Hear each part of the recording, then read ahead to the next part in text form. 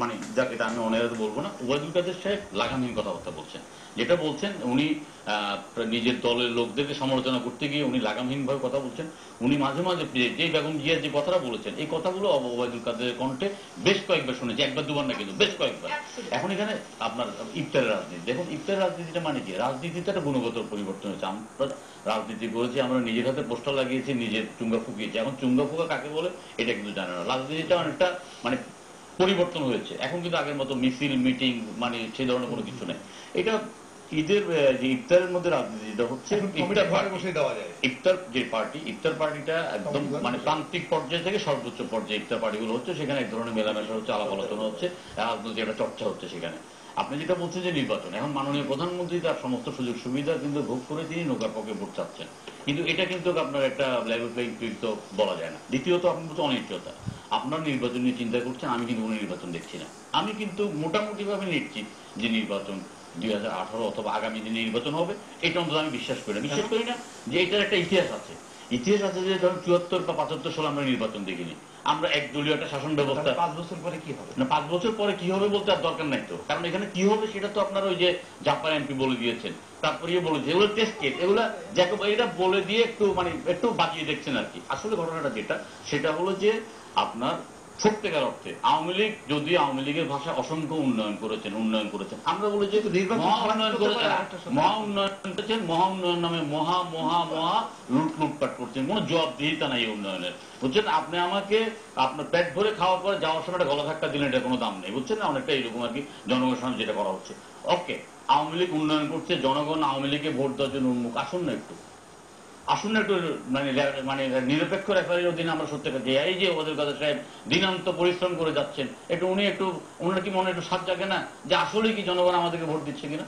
বাস্তব কথাটা হলো যে কি, ইতিমধ্যে সরকারের একাধিক গোয়েন্দা সংস্থার যে রিপোর্টগুলো যেটা আপনার প্রকাশিত হয়েছে, সেই রিপোর্টগুলো দেখা যাচ্ছে যে আওয়ামী লীগ নেই, জনগণের মাঝে আওয়ামী লীগ নেই এবং ভোটের মধ্যে আওয়ামী লীগ আসবে না। তাহলে আওয়ামী লীগ না আসলে আওয়ামী লীগ ভোট কিভাবে করবে? ওই 2014 মতো ভোট করতে চাইবে। কিন্তু একটা ঘটনা কিন্তু পুনরাবৃত্তি বারবার হয় না। 2014 যেটা করতে পারেছে 2018 তো সেটা কিন্তু করতে পারবে না, এটা আমার জানা হচ্ছে।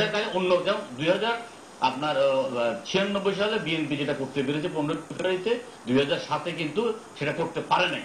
আওয়ামী লীগ যেটা করতে পেরেছে আওয়ামী লীগ করতে পারবে না, এটা আওয়ামী লীগ জানার কারণে কিন্তু মাননীয় প্রধানমন্ত্রী কিন্তু বারবার বলছেন যে আপনারা জনগণের সাথে যান, 100 এমপি নমিনেশন পাবেন না, আপনার আবার কিন্তু তাদের মধ্যে সংখ্যাটা বিরাজ করছে। এই সংখ্যার প্রেক্ষিতে যেহেতু তারা নিশ্চিত ওবায়দুল কাদের সাহেবের ভাষায় যে যদি কখনো বিএনপি আল্লাহ নাগর ক্ষমতা আসে তাহলে কি যে হবে ওনারা নিজেরাই সন্ধিয়ান। বিএনপি ক্ষমতার থেকে বাইরে রাখার জন্য যা যা করণীয় সেটা যদি নির্বাচন না করে আপনার আপনি আপনার সুবিধার জন্য জামাতকে সাথে নিয়ে আন্দোলন করে তত্ত্বাবধায়ক সরকার করেন, আপনি আপনার সুবিধার জন্য আবার তত্ত্বাবধায়ক সরকার বাতিল করে আপনার অধীনে নির্বাচন করেন, অসুবিধা নাই তো। যে সংসদ তো যেটা কিংবদ কিমাকার একটা অনির্বাচিত সংসদ যদি আজকে বলে যে দেশ এবং জাতির কল্যাণে আগামী 3টি নির্বাচন হবে না, এই সরকার কন্টিনিউ করবে, আমরা কি করতে পারবো? পারবোটা কি বলেন? রাস্তা নামবো, গুলি করে মারবে, কিছুই তো করার নাই। তো এরকম কিছুই আমরা আশা করছি আর কি, এর বাইরে আসলে কিছু আশা করছি। বিপ্লব একটু প্রশ্ন রাখতে চাই। জি বিপ্লব। জি বিপ্লব, আমি বলতে চাচ্ছি যে আপনারা আলোচনা করছেন যে নির্বাচন কমিশনার নির্বাচন পরিচালনা করবেন। আওয়ামী লীগ, এখানে আওয়ামী লীগের নেতাকর্মী যারা আছেন বা আওয়ামী লীগ সরকার বলতেছেন যে এরা প্রধানমন্ত্রী শেখ হাসিনার বা সংবিধান অনুযায়ী নির্বাচন হবে, আগামী 71 জাতীয় সংসদ নির্বাচন। আর বিএনপি দাবি হচ্ছে আপনার এই তত্ত্বাবধায়ক সরকারের মাধ্যমে 71 সংসদীয় নির্বাচন। এখন আমার প্রশ্ন হচ্ছে যে সকলেই যার যার অবস্থান থেকে অনড় রয়েছেন, সেক্ষেত্রে এর সমাধানটা কি হতে পারে সেই বিষয়ে আপনারা মানে কোন বিষয়ে নজর দিচ্ছেন বা আপনাদের পয়েন্টটা কি, সে বিষয়টা আমি জানতে চাচ্ছি বা জানতে চাচ্ছি। এখানে আমি অনেকগুলা খুব বেশি বিষয় ওপেন হয় না, বেশি ক্যাম্পাস ওপেন হয়নি। তবে আমি আমাদের সাদাত হোসেন সেলিম সাহেবের একটা বক্তব্য কথা বলি। আমি জানি না যে ইলেকশন হবে না, উনি কোত্থেকে এই তথ্যটা পেলেন। তবে আমি জানি যে ইলেকশন হবে এবং সংবিধান সম্মতভাবে ইলেকশন হবে এবং সেই ইলেকশন আওয়ামী লীগ সবাই পার্টিসিপেট করুক, এটা কিন্তু সবাইকে আহ্বান করেছেন এবং গত কাউন্সিলে মাননীয় প্রধানমন্ত্রী এই কারণে তো ওনারা আসতে চান। এখন ওনারা না আসলে এই দায়িত্বটা আমি নেব কেন? এখন পৃথিবীতে সকল রাজনৈতিক দলগুলা সবসময় সব নির্বাচনে অংশগ্রহণ করে নাই, এই জন্য ওনারা অংশগ্রহণ না করলে ওই নির্বাচন অবৈধ হবে, ওই নির্বাচনের মাধ্যম দিয়ে যে সরকার গঠিত হবে তাকে মানা যাবে না। এটা এই রকম ডেমোক্রেটিক কালচারের কথা আমার অন্তত কোথায় জানা নাই, এবং no democratic personal in whole over the world predicted or the কিরম give opinion such kinds of a thing. এখন ঘটনাটা হলো যে ইলেকশন হবে, এখন ইলেকশন হওয়ার জন্য যে সমস্ত ফিলোসফি আমরা এর মধ্যে দিয়ে সার্চ করেছি, উনি কেয়ারটেকার গভর্নমেন্টের কথা বলেছেন। অফকোর্স আওয়ামী লীগ কেয়ারটেকার গভর্নমেন্টের কথা বলেছিল, স্বপ্ন দেখেছিল, স্বপ্ন নিয়েই যাত্রা আরম্ভ করেছিল, যে কারণে আওয়ামী লীগ 2001 সালে তত্ত্বাবধায়ক ক্ষমতা থাকা সত্ত্বেও তত্ত্বাবধায়ক সরকারের লতিফুর রহমান সাহেবের কাছে ক্ষমতা হস্তান্তর করেছেন। কিন্তু পরবর্তীতে ওনারা কেয়ারটেকার গভর্নমেন্টের কনসেপ্টটাকে অ্যাবিউজ করেছেন এবং করার পরিপ্রেক্ষিতে সংকট সৃষ্টি হয়েছে, এবং যেই কারণে পরবর্তীতে আপনার মাইনুদ্দিন ফখরুদ্দিনরা ক্ষমতা নিয়েছেন এবং তার জন্য ওনাদেরকে পরিণতি ভোগ করতে হয়েছে, সকল রাজনীতিবিদদের পরিণতি ভোগ করতে হয়েছে, দেশের ব্যবসায়ী সহ আর্থসামাজিক অবস্থার ক্ষতিটা হয়েছে। এগুলো সবগুলো মানুষ প্রত্যক্ষ করেছেন। এরপরে যে নির্বাচন হয়েছে, এখন এরপরে আপনার মাননীয় আদালত থেকে যে ডাইরেক্টিভ এসেছে, সে ডাইরেক্টিভ অনুযায়ী কনস্টিটিউশন সংশোধনের কথা বলেছে। তখন ওনারা কিন্তু পার্লামেন্টে ছিলেন এবং পার্লামেন্ট সরকার পক্ষ থেকে স্বাভাবিকভাবে house of the leader and the power party স্বাভাবিকভাবে ওনাদেরকে কল করেছে, পার্লামেন্টে উত্থাপন হয়েছে। প্রায় 2 বছরের কাছাকাছি সময় এই বিষয়টা পার্লামেন্টে, পার্লামেন্টারি কমিটিতে এবং বাইরে মিডিয়াতে এবং বিভিন্ন জায়গায় আলোচনা হয়েছে। We have eagerly waiting for their any source of the counter proposal in the parliament, but they have remained mum. ওনারা কোনো পার্টিসিপেশন ছিল না এবং কোন রকম কোন সহযোগিতা করেন নাই। স্বাভাবিকভাবে ওনার পার্লামেন্টারি কমিটিতে ওনারা কখনো কখনো গেছেন, শেষ পর্যন্ত ওনারা যান নাই। তো না জানলে না করলে তখন সেখানে এদেশের বিজ্ঞজনেরা এবং সুশীল সমাজ এবং সরকার এবং পার্লামেন্ট মেম্বার এবং parliament standing committee collectively did there responsibility, এবং তার কারণে সংবিধানের নতুন ভাবে প্রডিউস হয়েছে যে ধারাটা, এবং সে ধারাটার বাইরে আপনি কি করে আজকে যাবেন? কথায় কথা এই সমস্ত কথা আপনার এখন রবি ফারহানা আপনার ওনাদের পক্ষ থেকে আমি একটা প্রশ্ন রাখছি।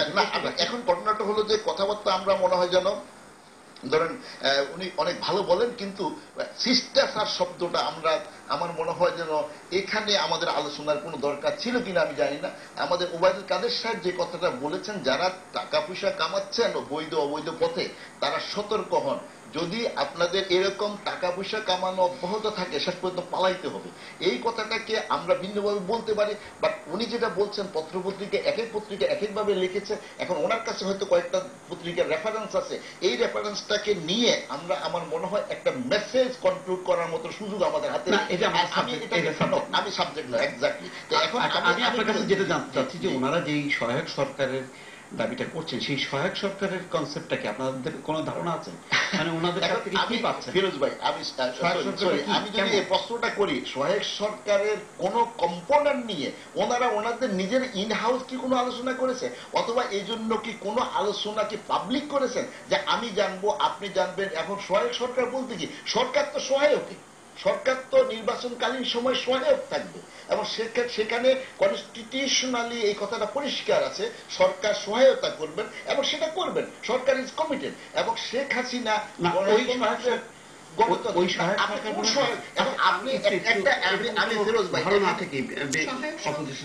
একটি পূর্ণাঙ্গ রূপরেখা ঈদের পরে আপনারা পাবেন।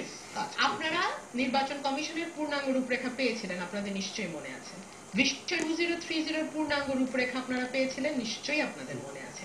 ঠিক একইভাবে সহায়ক সরকারের ধারা বাই ধারা কিভাবে এইভাবে আমরা চাচ্ছি সেটার পূর্ণাঙ্গ রূপরেখা বিএনপি চেয়ারপারসন আপনাদের দেবে। তবে আমি আপনাকে এইটুকু বলতে চাই যে বাংলাদেশে ইতিহাস বলে বাংলাদেশের জন্মের পর থেকে কোন দলীয় সরকারের অধীনে আজ পর্যন্ত সুষ্ঠু নির্বাচন হয় না। এই সহায়ক সরকারের জন্য কি সংবিধান সংশোধনের প্রয়োজন আছে নাকি না? যদি সংবিধান সংশোধনের প্রয়োজন থাকে তাহলে প্রয়োজন কখন করা হবে? সংবিধান কার জন্য? সংবিধান তো কোরআন শরীফ না, ওহী না, এমন কিছু না যেটা পরিবর্তন করা যায় না। আর এই যে তত্ত্বাবধায়ক সরকারের কথাটি আসছে বারবার, হ্যাঁ কোর্ট রায় দিয়েছে, কিন্তু কোর্ট তার অবজারভেশনে কি বলেছে? দুটো কথা পরিষ্কার বলেছে। এক হচ্ছে যে এই ধরনের রাজনৈতিক বিষয়গুলো রাজনৈতিক দলগুলোরই ফয়সালা করা উচিত, এই বিষয়গুলো কোর্টে আনা ঠিক না, এক। আর দুই হলো, যদি রাজনৈতিক দলগুলো ঐক্যমতে পৌঁছায় তাহলে পরবর্তী দুটি নির্বাচন আমরা তত্ত্বাবধায়ক সরকারের অধীনে করতে পারি। এই দেশে পরবর্তী দুটো নির্বাচন অর্থাৎ 2019-এরটাও কিন্তু তত্ত্বাবধায়কের অধীনে হতে পারে। এখানে সংবিধান সংসদীয় যে কমিটি, সংবিধান সংশোধনের যে কমিটি, সেই কমিটি কিন্তু সর্বসম্মত ক্রমে তারা একমত হয়েছিল যে এই নির্বাচন 2014-এর কথা আমি বলছি, ওই নির্বাচনটি তত্ত্বাবধায়ক সরকারের অধীনে হতে পারে। এটাও আমরা পত্রিকায় দেখেছি। পরবর্তী দিনে হঠাৎ করে কারো একজনের নির্দেশে বা কোনো এক কারণে, অজানা কারণে আমি জানি না, সেই তত্ত্বাবধায়ক ব্যবস্থাটি কিন্তু সংবিধান থেকে তুলে দেওয়া হয়, এবং যার কারণে আমরা পরবর্তীতে দেখেছি সরকারকে এটাও বলতে যে এটি একটি নিয়ম রক্ষার নির্বাচন এবং পরবর্তীতে আবার একটি অংশমূলক নির্বাচন অচিরেই দেয়া হবে। কিন্তু যখন সরকার দেখলো যে এটি না করেও পার পেয়ে যাওয়া যাচ্ছে, কোনোভাবে টেনে নিয়ে যাওয়া যাচ্ছে, তখন সরকার কিন্তু তার অবস্থান থেকে সরে আসে, যেটা কিন্তু বিএনপি 1996 সালে সরে নাই তার অবস্থান থেকে। সে কথা দিয়েছিল যে সে তত্ত্বাবধায়ক সরকারের বিল পারে রিজাইন করবে। বিএনপি চেয়ারপারসন তার ওয়াদা রেখেছেন, তার জনগণের কাছে তার যে প্রমিস ছিল সে প্রমিস রেখেছেন। আমি আরেকটু বলি যে বারবার বলা হয় বিএনপি নির্বাচন বর্জন করেছে। বিএনপি তো একা নির্বাচন বর্জন করে নাই। বাংলাদেশে 42টি 43টি নিবন্ধিত রাজনৈতিক দল আছে, না কথা তো হয়েছে যে বিএনপি একটা দল নির্বাচন বর্জন করলে কি সেটা শুধু আওয়ামী লীগের ঘাড়ে চাপবে নাকি? আর একটা দল তো নির্বাচন বর্জন করে নাই, নির্বাচন বর্জন করেছে সবগুলো দল। এর সাথে কিভাবে আনা হয়েছে সুজাতা সিং এর সাহায্য নিয়ে, সেটা তো বাংলাদেশের জনগণ দেখেছে। সুতরাং কথা উঠলে তো অনেক কথা উঠবে। আমি একটু শেষ করে দিই। এখানে আওয়ামী লীগ কখনোই বলে নাই যে এটা নিয়ম রক্ষার নির্বাচন। আর বিএনপি 6 ফেব্রুয়ারি কত সনে 96 সনে যে নির্বাচনটা করেছে, এটা কখনোই এটা বলেন নাই তারা নিয়ম রক্ষা নির্বাচন করছে। ওনারা সেদিন সাস্টেইন করতে পারেন না, বিকজ জনগণ এই নির্বাচনটাকে প্রত্যাখ্যান করেছে। আর 2014 সালের যে নির্বাচন, এইতে করে ওনারা সরকারের একই পদ্ধতিটা অনুসরণ করার চেষ্টা করেছেন, কিন্তু সরকার কখনোই বলেন না এটা নিয়ম রক্ষার নির্বাচন, বলছেন যে ইট ইজ এ ফার্ম নির্বাচন। এখন নির্বাচন হওয়ার পরে ওনারা আন্দোলন করার চেষ্টা করছেন, did not participate, public participate করে না। আমরা বারবার বলছি জনসম্পৃক্ততা ব্যতীত কখনো কোনো আন্দোলন কখনো ফল দেয় না, এবং এটা ওনাদের বেলায় ফুলেছে। আর যে আপনি ওনাদের সহায়ক সরকারের কথা আজকে 2 বছর থেকে আমরা শুনে আসতেছি, আপনি এখন পর্যন্ত টেবিল হয় নাই কোথায়। এখন ওনারা যখন হয় আমার মনে হয় তখন আলোচনা করাটা খুব স্বাচ্ছন্দ্য বোধ হবে। তবে আমি এখানে একটা কথা বলি, এই দীর্ঘ 40-44 বছরের বাংলাদেশে আমরা জাতির জনক বঙ্গবন্ধুকে নির্মম হত্যাকাণ্ডের পরে বহু নির্বাচন প্রত্যক্ষ করেছি, এবং আমরা যে মূল্যবোধ নিয়ে স্বাধীনতা যুদ্ধ করেছিলাম, যে স্বপ্ন নিয়ে জাতির স্বাধীনতা যুদ্ধ করেছিলাম, সেই স্বপ্নগুলোকে দুলিশ্বাত করার জন্য সামরিক শাসকরা বারবার তাদের সুবল নিক্ষেপ করেছেন, এবং তারা আপনার হায়নার মতন আমাদের রক্ত চুষে খেয়েছেন এবং দেশটাকে রসাতলে নিয়ে ছেড়ে দিয়েছেন। তো এখন আবার ওনারাই বিভিন্ন রূপে উদ্রি বদলাইয়ে বাংলাদেশের গণতন্ত্রের সবক দেন, উন্নয়নের কথা বলেন, কিন্তু সেসব উন্নয়নগুলো কখনোই তারা কিন্তু ধার প্রান্তে পৌঁছাতে পারেন না। আমি বলি 21টি বছর তো আওয়ামী লীগ রাষ্ট্রীয় ক্ষমতায় ছিল না, কিন্তু দারিদ্র দেশ থেকে বাংলাদেশ আমরা কোনটা সাবজেক্ট হবে, আমাদের কোনটা? এখন ওনারা বলেন যে ওনাদেরকে সুযোগ দেওয়া হয়নি। I was in parliament, no question was right, no debate was they have participated. ওই কোনো তো পার্টিসিপেট করেন নাই। সংযুক্ত করতে আমি ঠিক আছে না, আমি আসলে মূল বিষয়টি হলো রাজনীতি তো আসলে জনগণের কল্যাণের জন্য, সবসময় এটা হওয়া উচিত না। ওনারা যেটা বলছেন সহায়ক সরকার ঈদের পরে, ওনারা যখন সহায়ক সরকারের বিষয়টা দিবেন, তবে আমি যেটা মনে করি সেটা বিশ্বাস করি যে ওনারা একটা কথা বলতেই পারেন, সংবিধান সমুন্নতর বাইরে নির্বাচনে যাওয়ার কোনো সুযোগ নেই। নির্বাচন কমিশন তাহলে সংবিধান সংশোধন করতে হবে, সংবিধান সংশোধন করে তাদের মতো করে তারা যেভাবে ক্ষমতায় যেতে পারবে, তারা যেভাবে তাদের কেউ সহায়ক সরকার দেবে, সেটা তো নিশ্চয়ই বাংলার জনগণ যদি মেনে নেয় তা আওয়ামী লীগও মেনে নেবে। কিন্তু আওয়ামী লীগ তো জনগণ সম্পৃক্ত, জনগণ ঘনিষ্ঠ একটি দল, তাই না? যদি জনগণ বিশ্বাস করে, যেমন 96 সালে জনগণ বিশ্বাস করেছিল একটি তত্ত্বাবধায়ক আনতে হবে, আওয়ামী লীগের নেতৃত্বে এসেছিল। যেমন বিএনপি চেষ্টা করেছিল 2007 সালে আওয়ামী লীগকে পর্যদস্ত করে, নির্বাচন কমিশনকে ধ্বংস করে, তত্ত্বাবধায়ককে ধ্বংস করে একটি ক্ষমতায় থাকতে পারবে, তখন তারা সেটা পারে নাই, জনগণ সেটা চায় না। জনগণ যেভাবে চাইবে, যেমন ওবায়দুল কাদের সাহেব বলছিল যে 40 বার তারা হরতালের ডাক দিতে, হরতাল হয় না, কারণ জনগণ সম্পৃক্ত না। মূল বিষয়টি হলো যেভাবেই হোক না কেন ওনারা দিতে পারে, ওনারা তত্ত্বাবধায়ক সরকার ফর্মুলা দিতে পারে, ওনারা সহায়ক সরকার ক্ষমতা ফর্মুলা দিতে পারে, কিন্তু সেটা যে জনগণ সম্পৃক্ত হয়, জনগণ যদি মেনে নেওয়ার মানসিকতা পোষণ করে, তাহলে নিশ্চয়ই সেটা বাস্তবায়ন হবে। যদি আমাদের হাতে খুব বেশি সময় নেই, এর সাংবাদিকদের কাছে যেতে চাচ্ছি। আমি রুমিন ফারহানা এবং তাজুল ইসলাম সাহেব দুইজনের কাছে ছোট্ট করে দুইটা প্রশ্ন রাখতে চাই। রুমিন ফারহানা বললেন সহায়ক সরকারের একটা রূপরেখা আসবে, কিন্তু এটা বাস্তবায়নে যদি সংবিধান সংশোধন করতে হয় সেটা কিভাবে করবেন? কারণ সংসদে তো বিএনপির সংখ্যাগরিষ্ঠতা নেই এবং যেই বিরোধী দল আছে তারাও সরকারেরই একটা অংশ। সো সেটা কিভাবে সম্ভব? আর তাজুল ইসলাম সাহেবের কাছে একটা প্রশ্ন রাখতে চাই। গত নির্বাচনের আগে আমরা দেখেছি আওয়ামী লীগ নেতৃত্বাধীন সরকার বিএনপি সহ বিভিন্ন দলকে বিভিন্ন মন্ত্রণালয় বা বিভাগ ইয়ে করে এক ধরনের সমন্বয়ের চেষ্টা করেছিল। এই নির্বাচনে আসলে কোন চেষ্টাটা থাকবে? আচ্ছা, আগামী নির্বাচনের এই প্রশাসনটা কি হবে? আমরা একটু এটা আরেকজন সাংবাদিক আছেন, তার কোনো প্রশ্ন আছে? জি, আমি বলতে চাচ্ছি যে বিশ্বে বাংলাদেশের ভাবমূর্তি যেন নষ্ট না হয়, সেজন্য অবশ্যই নির্বাচনের দরকার আছে। আর সেক্ষেত্রে সকল দলের অংশগ্রহণ জরুরি। বিএনপি হচ্ছে বাংলাদেশের অন্যতম একটা বড় দল, প্রশ্ন, সেক্ষেত্রে তার অংশগ্রহণ জরুরি। সেক্ষেত্রে আমার মনে হয় যে এই বর্তমান সরকার, বিএনপি এবং অন্য গুরুত্বপূর্ণ দলগুলো সমন্বয় করে কিভাবে পরবর্তী নির্বাচন, একাদশ সংসদের ইলেকশন কিভাবে করা যায় সে ব্যাপারে বসা দরকার। সেটা আমার মনে হয় সেলিম ভাই বলবেন, তার আগে 30 সেকেন্ড করে উত্তর। জি, আমি যে কথাটি উনি প্রশ্নটি করেছিলেন যে বিএনপি সংসদে নেই, তো সুতরাং সংবিধান সংশোধন যদি করতে কিভাবে করা যায়, এটি সরকার দলে যারা আছে বর্তমানে সংসদে যারা বসছে, বিনা ভোটে বসছে, যেভাবে বসছে, যেহেতু তাদের হাত ধরেই এই সংশোধনটা হতে হবে। তারা যেহেতু দাবি করে তারা জনগণের দল, তারা যেহেতু দাবি করে যে তারা জনগণের ম্যান্ডেট নিয়ে আসছে, এবং তাদের প্রধানমন্ত্রী যেহেতু অলরেডি বলে দিয়েছেন যে দেশে আর কোনো প্রশ্নবিদ্ধ নির্বাচন তিনি চান না, প্রশ্নবিদ্ধ নির্বাচন না চাইলে তো বিএনপিকে আনতে হবে, এবং বিএনপিকে আনতে হলে একটি সহায়ক সরকার, এমন একটি সরকার না করে যে আরেকটা কথা আসলো যে যদি সর্বদলীয় সরকার করা হয়, সেটা বিএনপি তার যে প্রস্তাব দেবে সেই প্রস্তাবের আলোকেই আপনারা বিবেচনা করে দেখবেন যে কিভাবে হয়। আসলে আমাদের মূল কথা হচ্ছে যে অবাধ, সুষ্ঠু, নিরপেক্ষ এবং অংশগ্রহণমূলক নির্বাচন। আর একটি ছোট্ট কথা দিয়ে আমি শেষ করে দিচ্ছি, 9 জানুয়ারি 2014 মানব জমিনটা যদি দেখেন, আপনি দেখবেন তাদের অর্থমন্ত্রী বলছে যে আনফরচুনেটলি এই সরকার জনগণের ম্যান্ডেট পায় নাই, সমঝোতা হলে চলতি বছরের নির্বাচন। 9 জানুয়ারি 2014 এটা দেখে নিলেই হবে মানব জমিন। আমি এখানে আপনার যে প্রশ্নটা, রাজনৈতিক দলগুলোর সাথে তো অলরেডি মাননীয় প্রধানমন্ত্রী গত 1-2 বছর আগে থেকে আহ্বান করছেন সকল রাজনৈতিক দলগুলোকে অংশগ্রহণ করার জন্য।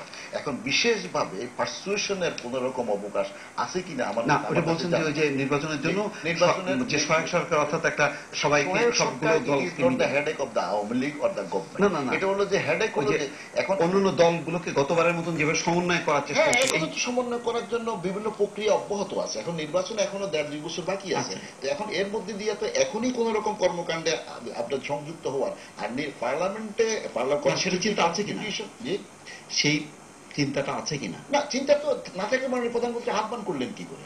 উনি তো আহ্বান করেছেন। আর আরেকটা কথা হলো যে দলীয় সরকারের অধীনে কখনো নির্বাচন সুষ্ঠু হয় নাই। এখন আমি বিএনপি, যদি আমাদের ফারহানা রুমি আবার আমার উপরে খেপে যাবেন, কিন্তু সত্য কথা, আমাকে তারপরেও ওনার খেপাকে উপেক্ষা করে আমাকে বলতে হচ্ছে, বিষয়টা হলো যে আল্লাহর রহমতে আওয়ামী লীগ যতবার ক্ষমতায় এসেছে, 96 এসেছে, 2008 সালে এসেছে, 2014 সালে এসেছে, একটা বার কেউ ওনার বৈধ বলেন নাই এবং সুস্থ নির্বাচন বলেন নাই। অর্থাৎ শুধুমাত্র এখানে 1973 সনের নির্বাচনকে ওনারা সুস্থ বলেন না। আপনারা 1900 সনের নির্বাচনকে সুস্থ বলেন না। অর্থাৎ আপনারা আওয়ামী লীগ শুধুমাত্র আপনারা জোর জবরদস্তি করে ক্ষমতা দখল করলে এটাকেই বলতে, এটা বাংলার জনগণ মানে নাই এবং মানবে না। ফারহানা রুমি, আমি আমি বলি একটা কথা, উনাকে দিয়ে কথা বললে জনগণ আপনাদের অবশ্যই নেবেন। আমি যেটা বুঝি যে আসলে সরকারের প্রচন্ড মাথা ব্যথা বিএনপিকে নির্বাচন আনার জন্য। বিএনপি কোনো মাথা ব্যথা নাই। বিএনপি কিন্তু বলে দিয়েছে যে সহায়ক সরকার ছাড়া কিয়ামত পর্যন্ত বিএনপিতে নির্বাচন যাবে না, এবং আপনি এটাই ধরে রাখেন। মাথা ব্যথাটা আওয়ামী লীগ, কারণ আওয়ামী লীগ গতবার যে পার্টটা পেয়েছে জাতীয় আন্তর্জাতিকভাবে দেশীয় শক্তির কাছে, ওই পার্টটা পাওয়ার কোনো সুযোগ নেই বলেই কিন্তু সরকারের সমঝোতা করতে হবে। সাংবাদিক সাহেব প্রশ্ন করেছেন যে এই সংসদে তো আপনার ইয়ে নেই, আওয়ামী লীগ বিএনপি নেই। 96 সংসদেও কিন্তু আওয়ামী লীগ ছিল না, কিন্তু বিএনপি যেমন বাধ্য হয়েছে আওয়ামী লীগ তেমন বাধ্য হবে। কারণ কথাটা হলো যে কেউ ওনারা বারবার বলছে জনগণ আওয়ামী লীগের সাথে আছে। আমি স্বীকার করি। আরেকটা কথা বললেন, ওইটার উত্তর কি হবে? যেটা গতবারের ফরম্যাটে যদি মানে সব দলকে অন্তর্ভুক্ত করে যদি একটা সরকার করা হয়, তাহলে সেটাকে একটা কিছু তো করতেই হবে। আপনার শুধু আওয়ামী লীগ দলীয় সরকার না, ওবায়দুল কাদের সাহেব বলেছেন যে প্রধানমন্ত্রী যদি নির্বাচন হবে না। আমরা মনে করি সারা পৃথিবীতে কোথাও সরকারি দলের অধীনে নির্বাচনটা হয় না। সারা পৃথিবীর ট্রেডিশনটা অন্যরকম। সেখানে কিন্তু আমি আপনাকে বলি না, না ভারতের সেটা নিয়মিত সরকার নয়, না সেটা সেই সরকারটা কেয়ারটেকার সরকার। ভারতের যে সরকারটা নির্বাচন পরিচালনা করে সেই সরকারটা কেয়ারটেকার সরকার। তারা দৈনন্দিন অবশ্যই যে সরকার করবে সে রুটিন ওয়ার্ক করবে। এমন কোন এই সরকারের রুটিন ওয়ার্ক কি হবে? এই সরকারের রুটিন ওয়ার্ক ব্রিটেনের নির্বাচন, এই সরকারের রুটিন ওয়ার্ক কি হবে?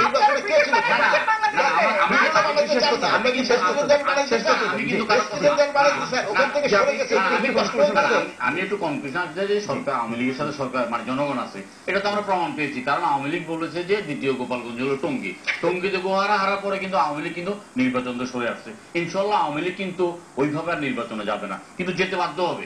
আমি আপনাকে আপনার মাধ্যমে সরকারকে এবং জনগণকে এই নিশ্চয়তা প্রদান করতে পারি যে সহায়ক সরকার অধীন ছাড়া নির্বাচনে বিএনপি যাবে না, এবং সেই নির্বাচন সুষ্ঠু হবে না। আরেকটা কথা এখানে বলি, বৈধ বাংলাদেশে যদি 300 সংসদ সদস্য যদি বিনা ভোটে নির্বাচিত হয় তাহলেও যেমন সেটা বৈধ, একজন সংসদ সদস্য নির্বাচনী এলাকায় একটা প্রশ্ন হলে বৈধ। কিন্তু সেখানে নৈতিকতার প্রশ্ন যদি দেখেন, নৈতিকভাবে কিন্তু এই সরকারের অবস্থান অত্যন্ত নড়বড়ে। যে কারণে আমরা দেখি প্রতিনিয়ত সরকারি দলের লোকজন কিন্তু আপনার ওই অস্ত্র সহ আপনার ঘুরে আমরা কিন্তু জনগণের সাথে মিশে আছি।